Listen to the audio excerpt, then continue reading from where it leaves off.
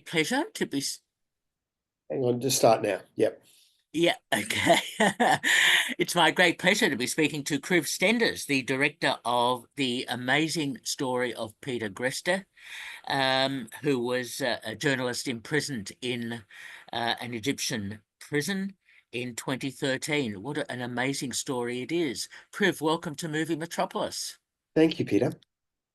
Always great to talk to you, and I'm quite intrigued as to the origins of this film being made and Peter's involvement in making the film.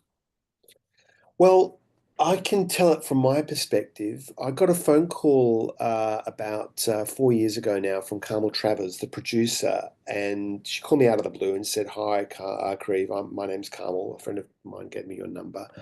I've optioned a book called The First Casualty by Peter Greste. Do you know anything about that story or about Peter?" And I laughed. I said, "Well, actually, I do. I know Peter. I've known him since I was a kid because our fathers are friends. Our fathers are both architects, and our fathers are both Latvian, and we're also all from Brisbane. So I knew the story very, very well when it broke because it was big news amongst our families. And I said, sign me up. I'm on board. I don't even have to read a script." So that's how the story began. And yeah, I met up with Peter again and with Peter Duncan, the screenwriter. And the script had already been, there were a few drafts of the script when I came on board that Peter Grester had vetted with Peter Duncan. So it was already in a very advanced stage of development when I came on. Uh-huh. Interesting to hear that. Uh, so tell me about casting Peter, so to speak, finding Richard Roxburgh to play Peter. That he does it so well. I'm interested in finding him and how you worked with him and Peter's involvement as well in creating his character. Yeah, well, there's another connection that I should probably mention now is that Peter Duncan, the writer, has known Richard since university. They, of course, both worked on. Peter basically, wrote Rake, so they've have a long and you know Richard was in Peter's first film, Children of the Revolution, and his next film, Passion. So they've had a long working relationship. And I remember one day we were getting close to try and get the financing up for the film. This was a couple of years ago now, about a year or so ago, or 18 months ago, I think. And Peter Duncan calls me up and says, "So I've got an idea for who should play Peter Greste." Because I basically, when you cast a film, I try not to think of anyone specifically when I'm developing it because you're invariably going to get disappointed and it just colors your judgment. I always think it's better to keep an open mind because anything can come from anywhere, left of center, or somewhere really obvious they can come as well. And when Peter Duncan suggested Richard, it was like a lightning bolt. It was so obvious. It was so simple and so clear that I went, "Oh my God, why didn't I think of that? That's a great idea." And then, obviously I met with Richard and Richard read the script and I talked about, I guess, my vision for the film and he agreed with it. And because we worked together before on Danger Close, we sort of had a familiarity with each other. And I was so impressed with him on that film. He's like, consummate actor. He's like a beautiful musical instrument or like a wonderful motor car, like a Rolls Royce. Like he's just a pleasure to drive or a pleasure to play or a pleasure to listen to. And he just, it was a very, very symbiotic, very, very natural, very elegantly simple director actor relationship, which is really me just getting out of the way Yeah, and letting him do his stuff. yeah. Oh, he does a great job, and you've worked well with him. I'm interested too in casting the rest of the people in the film, such as Peter's brother, the parents, and other people, including fellow prisoners and so on. That's always a difficult process. You've done a great job with finding the right people, I think. Well, yeah, as I think I said before, 99% of directing is casting. Really that's your direction is like who's going to play that role. I from a very early stage, I always had Rahel Rahman in mind for Beher. For Beher, I worked with Rahel 10 years ago on a show called The Principal, a mini series called The Principal for SBS, and he was incredible. He's one of our country's most extraordinary talents. He's an amazing actor. He's so talented. It's terrifying how ferociously talented he is. And thankfully he said yes. And then it was a lot of fun casting the film because there were a few naysayers saying you're not going to be able to cast this film out of Sydney. You're going to have to go to London where there are Egyptian actors galore. I said, no, no, I think we can do it here. And the thing is that we've got a huge Middle Eastern diaspora in Sydney, very deep and wide. And I was robbed for choice. I had so many great actors to choose from. I was sometimes three deep with an actor. I had three choices, each equally as good, so I could cherry pick my cast, and that's one of the processes I love. And there are a lot of great actors that I've got to know over the years. Nick Kassem, who plays Peter's brother, is just a beautiful, beautiful actor who I've known for a very, very long time, and whose work I just love. He played the brother in Mr. In Between. He's just one of these incredible actors. And yeah, I was just very lucky to kind of put together the cast that I had. Yeah, excellent cast. I love the way you use flashbacks to advance the plot, which is very important in the way the story develops, and obviously the look of the film, using a lot of handheld camera. So you've obviously made some very deliberate decisions about the way the film looks on screen.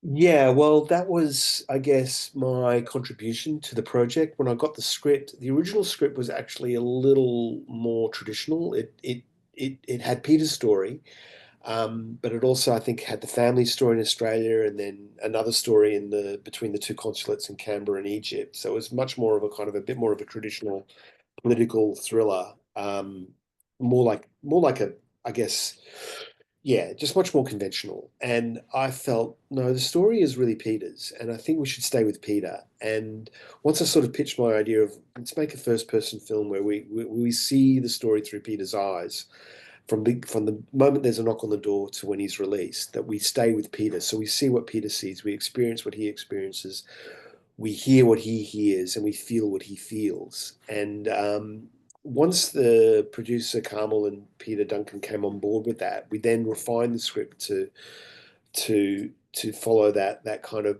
perspective. And then that's when Kate's story became really important because it gave us a respite from that very internal world of Peter's. Kind of gave us a kind of a moment to breathe. But what it also gave us was something that the was really challenging with Peter's story in that, he didn't escape. Wasn't rescued. He wasn't tortured. It's not like Midnight Express. It's not like there weren't the normal sort of prison movie tropes that we could lean into.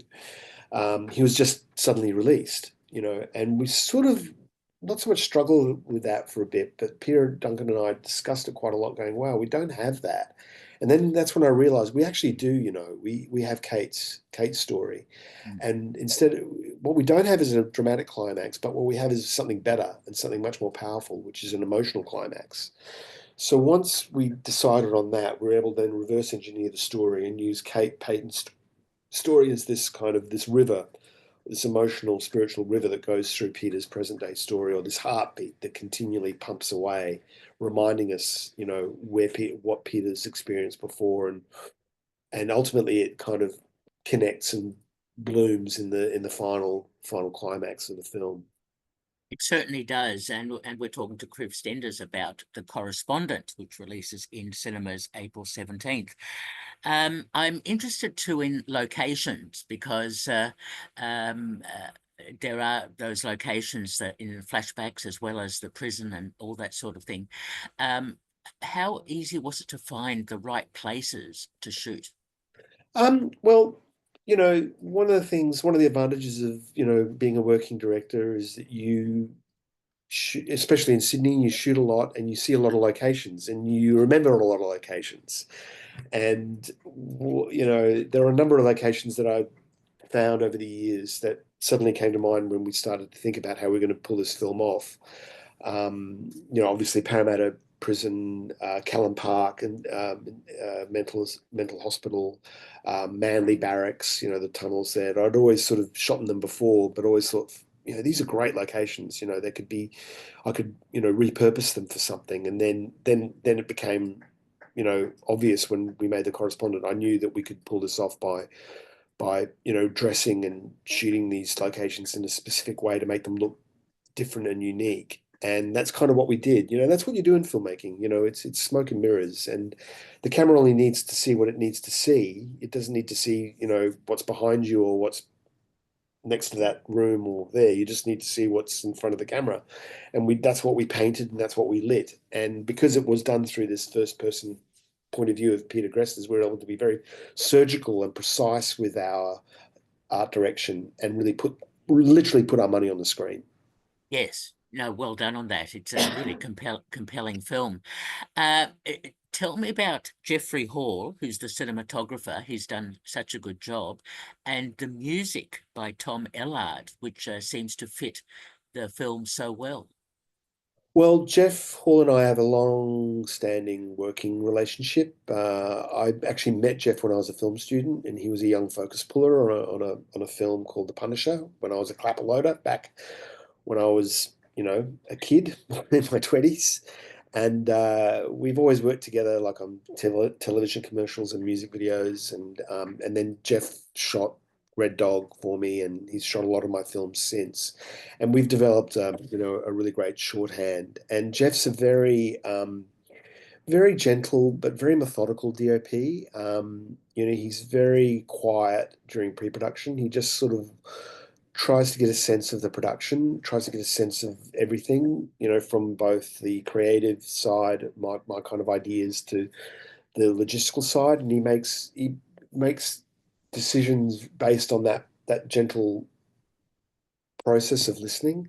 And with this film, it was great. He came up, he found these beautiful uncoated lenses that we shot on, which flared really beautifully, and suddenly gave me this fantastic device to be able to kind of use as a sort of a hinge point or an entry and exit point into the flashbacks. And it also just covered up a lot of sins. It gave us a real sense of verisimilitude and really made us feel that we were in the Middle East rather than, Sydney, Australia.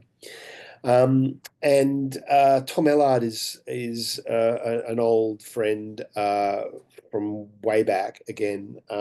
Tom actually scored my very first film, The Illustrated Family Doctor, under the guise of Severed Heads. And to anyone who knows Severed Heads, they were a seminal electronic outfit from the 80s. And Tom again is a genius. He's his own, very much his own voice, and I've always admired his work. And when we came to trying to pull this film off for the price that we had, we couldn't afford obviously a traditional score.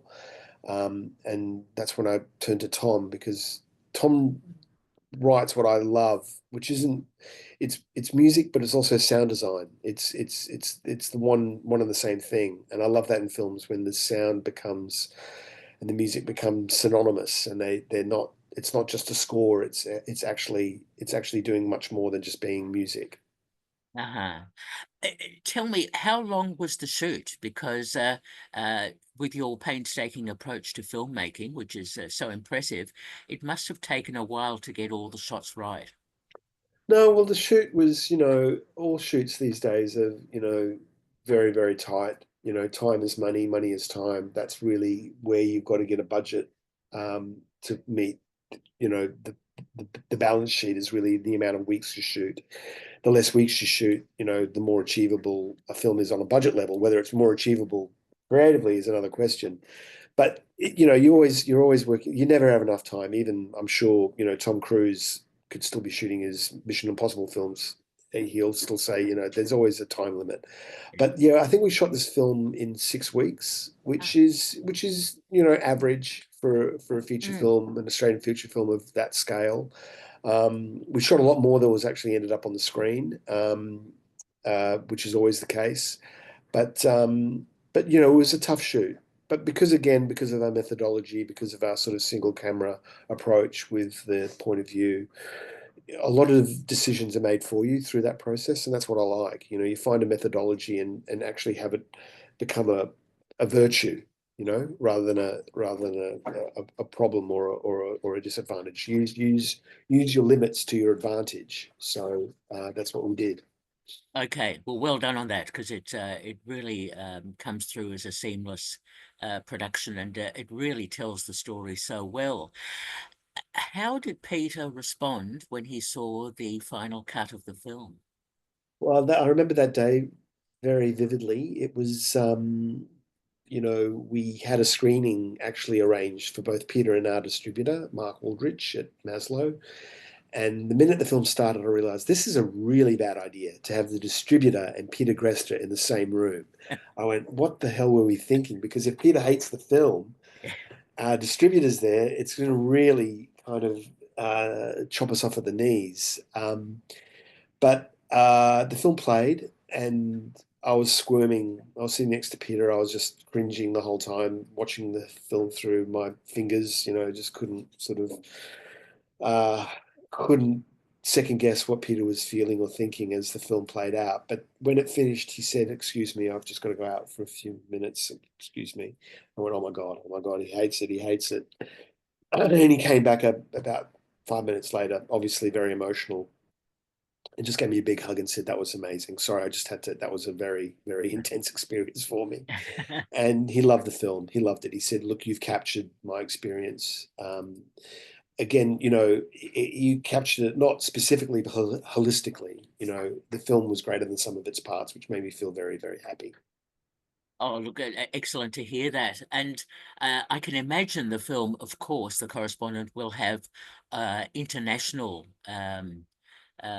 distribution as well, because it is such a major universal story, especially being screened in Egypt, perhaps. Well, we'll see. We'll see.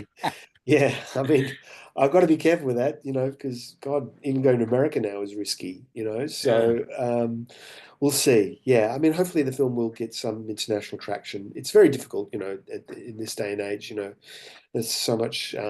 You know, the channels are very finite, and there's so much product around there. But you know, you know, I always feel that films always find their birth. They find their shelf space. Yes, absolutely. Just going back to the casting, I must say I was so pleased to see Gosha Dobrovolska and Anna Volska uh, in the film. We won't explain too much more about their roles, but you really find some really great people for your films. Yeah, thanks. No, no. Well, I've always loved Gosha. I've always, you know, loved her in films. She was in a Guy Madden film that I loved called No, what's it called? Careful. And I just thought, you know, I have to find someone who's as Latvian as they can be, and she's so Latvian looking and feeling. I went, well, and being a Latvian myself, I went, well, Yeah. you know, she can pull it off. And Anna and John Bell, who play Peter's parents, I've always loved both of them, and I thought it'd be a real coup to get them to do cameos in the film, which they agreed to do for one day. They're beautiful. They came down from their property up on the northern beaches and came down for a day and did their scenes, and they were very generous, lovely to have on set. Yes. Oh, look, everyone is just so good in the film, and the film just tells the story so well. And I can imagine now that the film is releasing, Correspondence releasing April 17th in Australian cinemas, that it should attract a big audience, including maybe a political audience. Look, I hope so. You know, you never know. You know, it's again, it's such an unpredictable market and landscape. You just don't know what our chances are. You know, maybe it's the zeitgeist, maybe it's not, maybe there's nothing around that weekend. Who Yeah. knows? But yeah, I'm hoping the film starts a conversation. You know, the screenings we've had, the Q&A screenings we've had are the best screenings I've ever had for a film. Really engaged audiences, really intelligently considered audiences and questions, really invested in the bigger themes that the film's talking to. Peter Greste has been in all these Q&As. He's been really wonderful and generous. People have been genuinely interested and concerned about the issues the film raises. So I'm hoping that that translates into into wider audiences around the country. Absolutely. I certainly hope so as well. Kriv, just a quick final question to conclude the interview. Great talking to you. Are you working on another project now? I'm currently right now in the edit room of a documentary I'm making about the life of Joh Bjelke-Petersen, the Queensland Premier. So I'm doing that for Stan. So that's a feature-length doc that I'm madly trying to get finished now.